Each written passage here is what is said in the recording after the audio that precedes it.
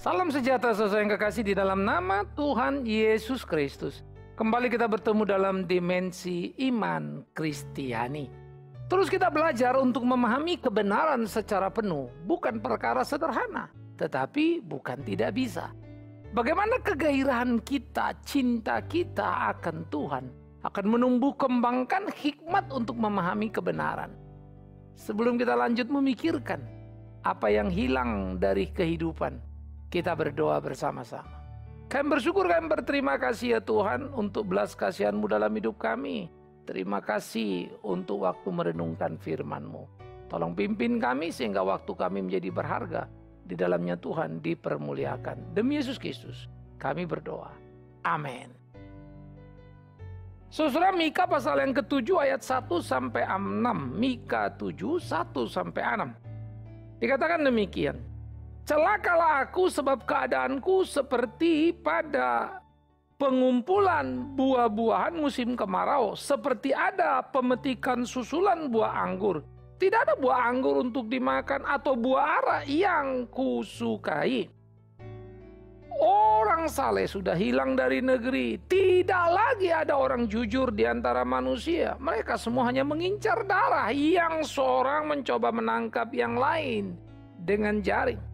Tangan mereka sudah cekatan berbuat jahat. Pemuka menuntut, hakim dapat disuap, pembesar memberi putusan sekehendaknya, dan hukum mereka putar balikkan. Orang-orang yang terbaik di antara mereka adalah seperti tumbuhan duri.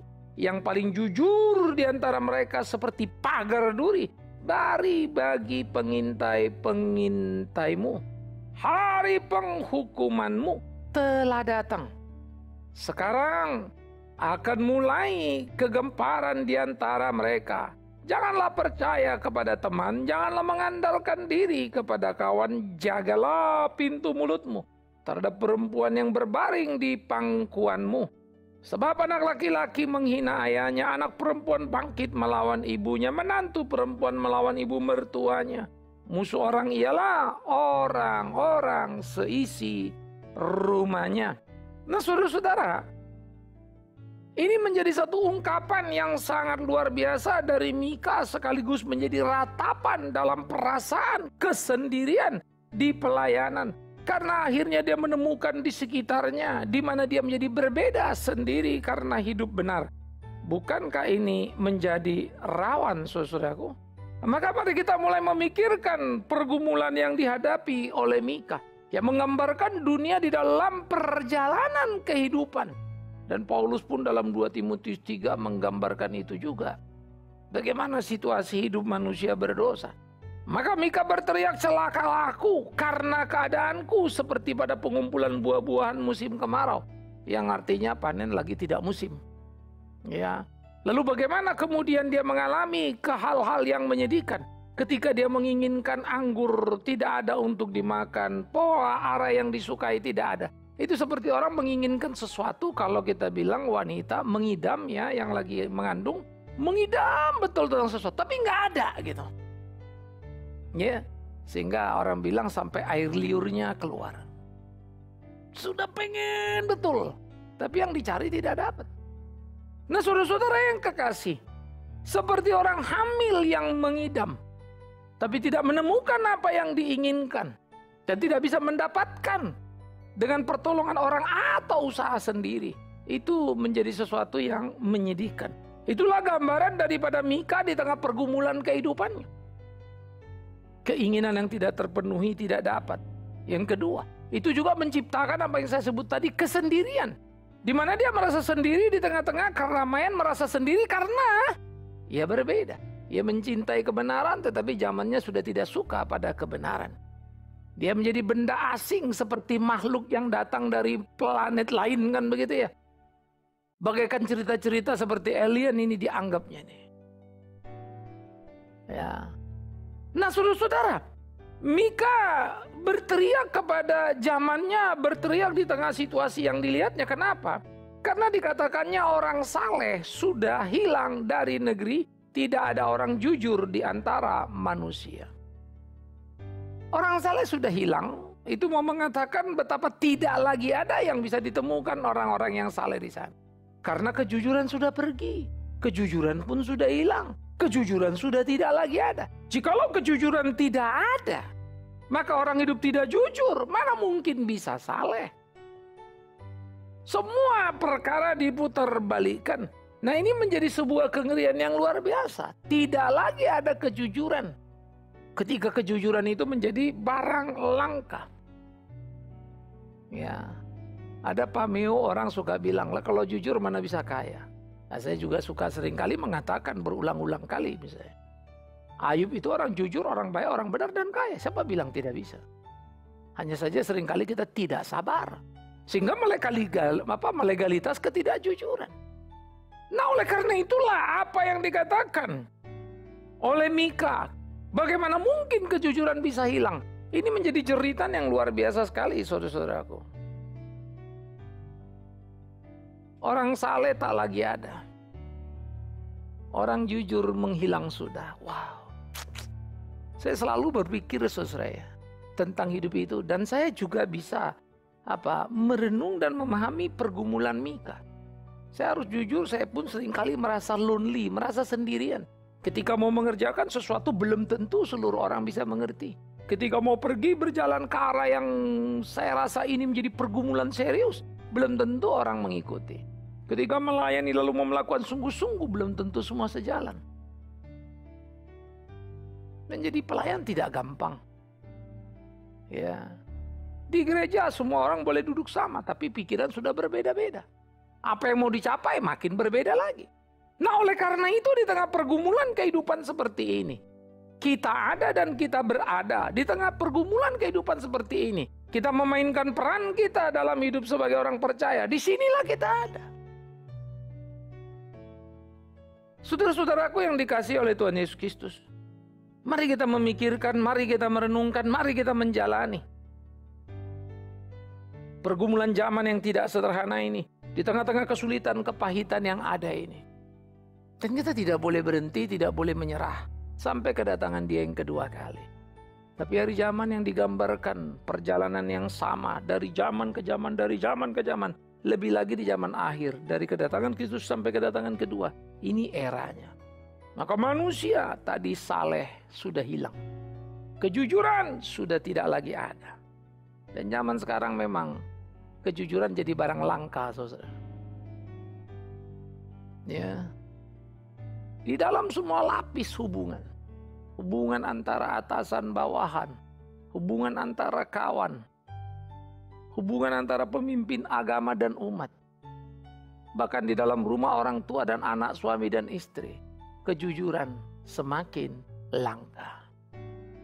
Ini menjadi kesedihan yang luar biasa, saudara. Bagaimana mewarnai kehidupan tiap orang-orang percaya. Dan bagaimana orang-orang saleh dan orang jujur tadi menjadi barang yang tidak lagi bisa ditemukan karena menghilang dari peredaran.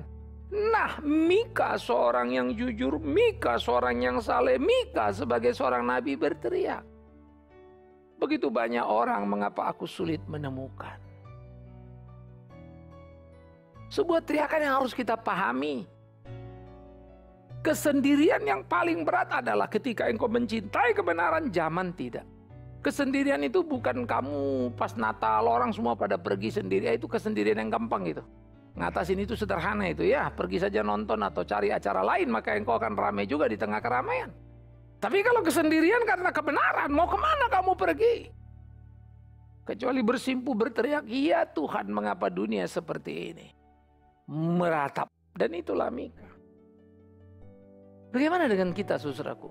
Adakah kepekaan kita, kesedihan kita adalah terhadap fakta seperti ini? Saya pikir di berbagai tempat seringkali ini tidak menggelisahkan. Sehingga ketidakjujuran seringkali dianggap menjadi warna biasa saja. Sehingga termasuk dalam dunia-dunia keagamaan atau kerohanian pun itu jadi biasa. Semua orang selalu berputar balik mencari akal-akalan untuk mau memberikan pembelaan terhadap sesuatu yang tidak benar itu. Semua berusaha menyembunyikan sehingga kebenaran menghilang. Wah, berat, tapi itulah kenyataan. Nah, oleh karena itu saudara-saudara yang dikasihi Tuhan Yesus Kristus, apa yang dikatakannya? Tidak lagi ada kesalehan. Kejujuran menjadi barang langka. Yang ada apa? Yang ada adalah sebaliknya. Orang yang sanya mengincar darah. Yang seorang mencoba menangkap yang lain dengan jaring. Ini adalah ungkapan. Mengincar darah itu aja memperdaya sesamanya. Ya. Memperdaya sesamanya, bodoh amat sampai sesamanya itu susah atau bahkan mati sekalipun. Mimpi apa saudara tentang persahabatan? Semua serba bisa dibeli. Persahabatan sejati tinggal mimpi. Kalau itu yang terjadi, bukankah itu menyedihkan, saudara-saudaraku yang kekasih? Bukankah itu memprihatinkan? Tapi itulah situasi kehidupan zaman. Itulah situasi kehidupan masa kini. Itulah situasi kehidupan yang menyedihkan di dalam perjalanan hidup anak manusia. Hati-hati. Oleh karena itu hati-hatilah. Supaya jangan sampai engkau terlibat dan terbawa arus keinginan mereka. Dengan hidup mengincar darah sesama. Seorang dikatakan coba menangkap yang lainnya dengan jaring sehingga mereka saling memperdaya. Duduk satu meja, ngomong yang sama topiknya, berdoa pula lagi. Tapi habis itu satu sama lain 4 orang kalau duduk 4 misalnya, yang masing-masing lagi pikir gimana makan yang ini, gimana ciak yang itu, gimana habisin yang ini. Udah. Semua lagi berpikir tentang jalan memperdaya sesama. Tapi duduk satu meja, meja yang sama. Makan satu meja, makan yang sama. Berdiskusi, topik yang sama. Yang berbeda adalah di dalam hati yang tak terlihat. Yaitu bagaimana memperdaya sesama yang duduk satu meja. Kan sedih ya saudara-saudara. Sehingga pembicaraan, hubungan adalah seperti bom waktu yang siap meledak. Sehingga hubungan persahabatan kita jadi harus ekstra hati-hati. Nanti kita bahaya loh. Kita ini bisa jadi mengerikan. Kalau ini yang terjadi seperti yang saya katakan. Tidakkah itu menjadi sebuah keprihatinan yang berat saudara-saudara? Oleh karena itulah pentingnya sebuah kehati-hatian supaya orang-orang jujur itu masih mempunyai tempat dan kuat bertahan. Sehingga jumlahnya sedikit pun kecil jangan sampai menghilang. Bagaimana ini menjadi pergumulan kita? Ini yang harus kita bangun dalam kebersamaan kehidupan sebagai orang percaya. Jadi saudara-saudara yang dikasihi oleh Tuhan Yesus Kristus. Berkelahi dan bergumullah. Sehingga kita sungguh-sungguh hidup. Karena zaman itu digambarkan lagi. Orang-orang yang mengincar darah. Tangan mereka dikatakan sudah cekatan berbuat jahat. Cekatan itu kan saudara bisa gambarkan. Cepat tapi berbuat jahat. Mematikan sekali bukan? Silap dikit, habis sudah. Betapa was-wasnya hidup. Saya mau dimakan orang. Tapi juga betapa luar biasanya persiapan. Bagaimana saya makan sebelum saya dimakan? Waduh, ngeri ya. Tapi senyum tetap keluar. Sapaan manis tetap ada. Ini jebakan-jebakan yang sangat menakutkan saudara. Seperti kita jalan ke Medan Ranjau, semuanya kelihatan aman. Tahu-tahu di bawah itu ranjau, dubar. Salah injak, mati kita sudah. Hidup yang menegangkan. Tetapi itulah memang hidup di dalam kekinian masa. Ke arah sana di mana orang amat sangat cinta kepada dirinya, bodoh amat dengan yang lainnya. Sehingga muncullah hal-hal yang sangat menyedihkan saudaraku. Para pemuka menuntut, yang pemuka mestinya membimbing, pemuka yang mestinya mengamankan. Sekarang nuntut. Sehingga nggak tahu lagi siapa yang dipimpin, siapa yang memimpin. Maka pemuka ini memang lebih berbicara kepada para tokoh-tokoh suku dan agama di zaman itu. Nah kalau para imam menuntut apa yang menjadi hak mereka, bagian mereka. Tapi abai pada apa yang menjadi kewajiban. Bisa dibayangkan. Bait Allah, keagamaan hanya topeng belaka. Dan memang itu kemudian kita lihat ada contoh bukan saja di PL, bahkan sampai zaman Kristus Yesus pun merasa penting mensucikan bait suci. Loh, bait suci kok nggak suci bagaimana itu ya? Itu fakta. Amos berteriak, pemimpinmu makan suap. Imam-imammu makan suap. Aduh, berat sekali. Memang itu fakta sejarah sepanjangnya terus bercerita. Tapi ironisnya tidak pernah ada orang mau belajar dari fakta sejarah dan akhirnya mengulang dan memperpanjang sejarah busuk itu. Hati-hati yuk, jangan sampai kita terjebak, saudara-saudara. Itulah pentingnya kita mencermati Alkitab, karena Alkitab selalu bicara apa adanya. Alkitab itu jujur, kan gitu ya. Alkitab itu nggak neko-neko, nggak nyembunyi-nyembunyiin gitu. Menyenangkan.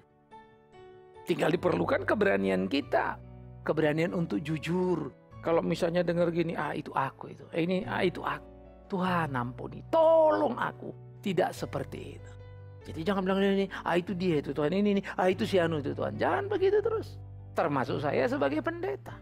Saya harus berani mengautokritik diri saya.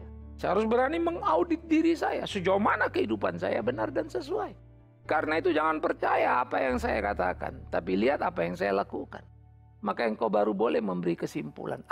Ternyata Pak Bigman itu cuma ngomongnya saja. Lihat aja kelakuannya. Bilang mengasihi orang tapi yang dicarinya uang. Kawat juga nih Pak Bigman. Kan begitu saudara ya. Anda jangan ikut. Itu bahaya itu. Tinggalkan Bigman Sirait itu. Bengkok jalannya. Inilah keimanan kita. Hidup kita adalah kompetisi. Saya harus hidup benar, kalaupun saya benar karena memang harus. Kalau saya pun baik karena memang harus. Itu panggilan sebagai anak Tuhan. Nah karena itu kalau saudara mau tahu saya anak Tuhan apa enggak, ya gampang. Lihatlah hidupku benar apa enggak. Ya. Makanya dikatakan pemuka menuntut. Hakim dapat disuap. Hakim itu selalu gambarannya adalah orang yang menegakkan keadilan. Nah kalau orang menegakkan keadilan ini makan suap, maka keadilan bisa dibeli kan. Jadi nggak ada lagi keadilan. Siapa benar siapa salah tergantung orang yang berperkara posisinya di mana. Mengerikan sekali saudara. Itulah kehidupan. Yang sangat menyakitkan. Sehingga hidup itu menjadi pergulatan tersendiri. Bagaimana kemudian hakim digambarkan dapat disuap. Hakim bisa disuap, sang penegak keadilan. Pasti saudara yang dengar terus bilang, aduh Pak Bigman emang gak tahu hakim sekarang juga bisa disuap. Tentu saya juga sangat mengerti hal itu. Republik kita ini pernah digemparkan dengan hal itu. Hakim makan suap sudah menjadi cerita. Sehingga mafia peradilan menjadi istilah yang banyak dibicarakan orang. Telinga mendengar. Mata melihat fakta-fakta yang ada. Tapi susahnya kalau bukti tak cukup. Sementara semua diramu di bawah meja. Tetapi fakta itu ada. Nah celakanya adalah mereka-mereka yang makan suap itu atau mereka-mereka yang pemuka agama itu nggak pernah ngomongnya elek, ngomongnya bagus.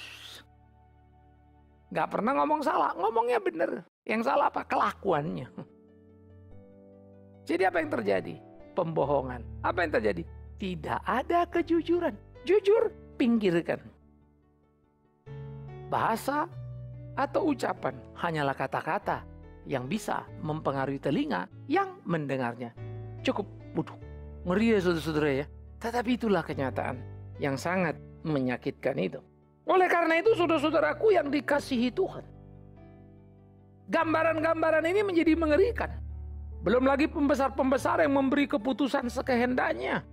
Ya, hukum mereka putar balikan. Semua benar atau salah tergantung mereka. Bikin undang-undang, bikin peraturan untuk mereka. Kalau dalam kehidupan kita bernegara ini saudara. Bayangkan kalau sudah eksekutif, legislatif, yudikatif berkelahi terus pada dirinya. Tak sempat lagi mengurus rakyatnya. Lalu mereka membuat undang-undang yang menguntungkan dirinya. Dan bukan rakyatnya. Mau kemana kita hidup? Celakalah mereka-mereka yang mengambil posisi yang salah. Tuhan akan menghukum mereka. Apalagi mereka yang menyebut dirinya sebagai orang yang beriman percaya. Yang menyebut dirinya beragama. Semoga hati nurani masih tersisa menjerit. Bahwa kebenaran harus ditegakkan. Akankah? Biarlah masing-masing menjawabnya. Tapi kita harus juga menyadari sepenuhnya. Godaan dan rangsangan harta benda yang tak jujur selalu menjadi godaan yang sangat kuat, menyinabobokkan. membuat kita terlena menikmatinya. Waktu sadar, terlambat sudah. Perlu keberanian untuk membangunkan diri mencintai kebenaran dan memeluknya. Menjadikan kebenaran kekasih dalam kehidupan. Nah, oleh karena itulah pembesar yang memutarbalikkan hukum, pembesar yang seenak-enaknya, membuat banyak orang menderita dan menangis. Rakyat miskin tambah miskin makin terpojok. Sementara para pembesar hanya bermain kata dan bersilat lidah. Tapi hati mereka jauh dari merasakan penderitaan rakyat banyak itu.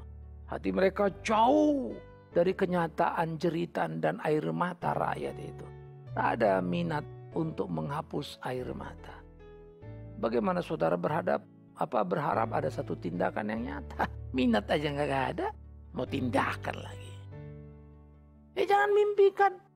Nah, oleh karena itulah hidup keimanan kita itu harus menjadi hidup yang solid, menjadi hidup yang kuat, saudara.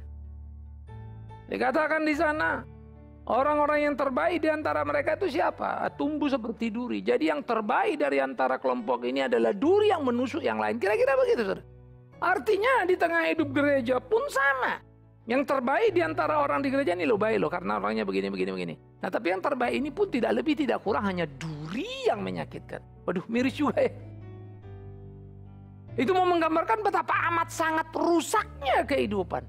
Tak hanya di gereja, di politik, di pemerintahan, dan seterusnya, semua lapisan. Yang paling jujur siapa? Yang paling jujur di antara mereka seperti pagar duri bagi para pengintai-pengintai ya. Jadi kalau pengintai itu mengintai, dia mau lewat itu kan mesti lihat ada pagar duri yang menghalangi. Dan itu bisa mencelakakan. Nah, seperti itulah gambaran orang yang paling jujur di zaman yang paling rusak itu, saudara. Nilai-nilai yang menakutkan. Yuk kita sadar dan kemudian kita merenung dengan sungguh-sungguh. Bagaimana menjalani kehidupan kita itu dengan penuh dan dengan utuh. Bagaimana melakukan kehendak Tuhan dan jangan salah dalam keseharian. Bagaimana ini harus menjadi perenungan kita. Tapi kalaupun tiba saat dan kita ada di situasi yang pas, hidup di antara orang-orang yang tidak lagi menghargai kejujuran, hidup di antara orang-orang yang penuh dengan kemunafikan, entah itu di dalam gereja, entah itu di luar gereja, ada satu yang kita harus ingat. Belajarlah berani mencintai kebenaran sekalipun karena itu engkau harus sendirian. Jangan pernah lepaskan kebenaran hanya karena ingin ramai dan berkawan. Jangan pernah lepaskan kejujuran hanya supaya ada dan diterima di tempat pergaulan. Kegemaran dan kegemparan akan kegemaran mewarnai mereka. Mereka akan gempar karena gemarnya. Kenapa? Mereka gemar menipu kawan, maka akibatnya mereka tidak bisa mempercayai kawan. Jangan percaya pada teman, jangan mengandalkan diri kepada kawan, jagalah pintu mulutmu karena kau bisa mati sewaktu-waktu dan yang menghabisimu adalah orang yang dekat dan di sampingmu. Yang paling bisa menghabisi kita ya orang kepercayaan kita, bukan? Ketika kita terlalu percaya sama orang, itu bahayanya setengah mati. Percayalah pada Tuhan sepenuhnya. Jangan pernah percaya kepada siapapun 100%. Kepada suami, istri, orang tua, ataupun anak, mertua, ataupun mantu. Harus percaya, tetapi ada reserve-nya. Kepada Tuhanlah percaya tanpa reserve. Jadi saya pikir ini perlu. Namanya sikap hati-hati. Jaga kehati-hatianmu terhadap perempuan yang berbaring di pangkuanmu. Wah, itu gambaran kasih sayang mesra, bukan? Tapi istilah perempuan yang dipakai adalah perempuan yang menghabisi harta bendamu. Hati-hatilah kau. Tampaknya dia manis di pangkuanmu, habis itu dia menusukmu. Sesudah habis uangmu, dicarinya lagi pangkuan lainnya. Wah, menakutkan. Anak laki-laki dikatakan akan menghina ayahnya. Anak perempuan bangkit melawan ibunya. Mantu perempuan melawan ibu mertua. Musuh orang siapa? Seisi rumahnya. Waduh, kalau gitu buat apa hidup? Iya kan? Tapi itulah keberdosaan. Karena itu biarlah kebenaran hidup di dalam rumah kita. Kejujuran menjadi barang berharga yang kita jaga. Dengan begitu, kita bisa menumbuh kembangkan pengharapan untuk bisa hidup bahagia sebagaimana mestinya hidup orang percaya. Tuhan menolong kita, awas, jangan kehilangan kejujuran. Amin. Kita berdoa. Terima kasih ya Tuhan untuk firman-Mu, terus ajar kami mencintai kebenaran, hidup dalam kejujuran, berjalan di jalan-Mu demi kemuliaan nama Tuhan. Dalam nama Tuhan Yesus Kristus kami berdoa, kami memohon. Amin. Saudara-saudara, sampai di sini pertemuan kita dalam dimensi iman Kristiani. Saya selalu berdoa kiranya kita boleh dikuatkan oleh Tuhan untuk selalu hidup dalam kebenaran. Saling berbantu-bantuanlah kita, saling mendukunglah kita dalam hidup sebagai pelayannya. Kabarkan pada tiap saudara, menikmati renungan-renungan yang terus kita lakukan untuk mengerti kebenaran. Sampai bertemu. Shalom.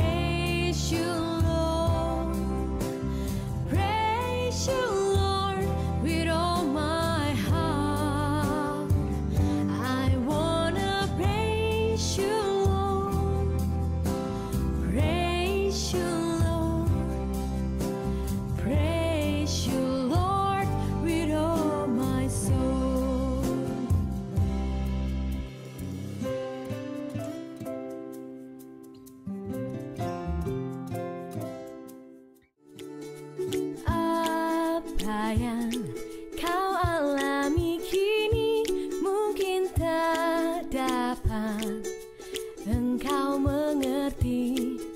Satu hal tanamkan di hati, indah semua yang Tuhan beri.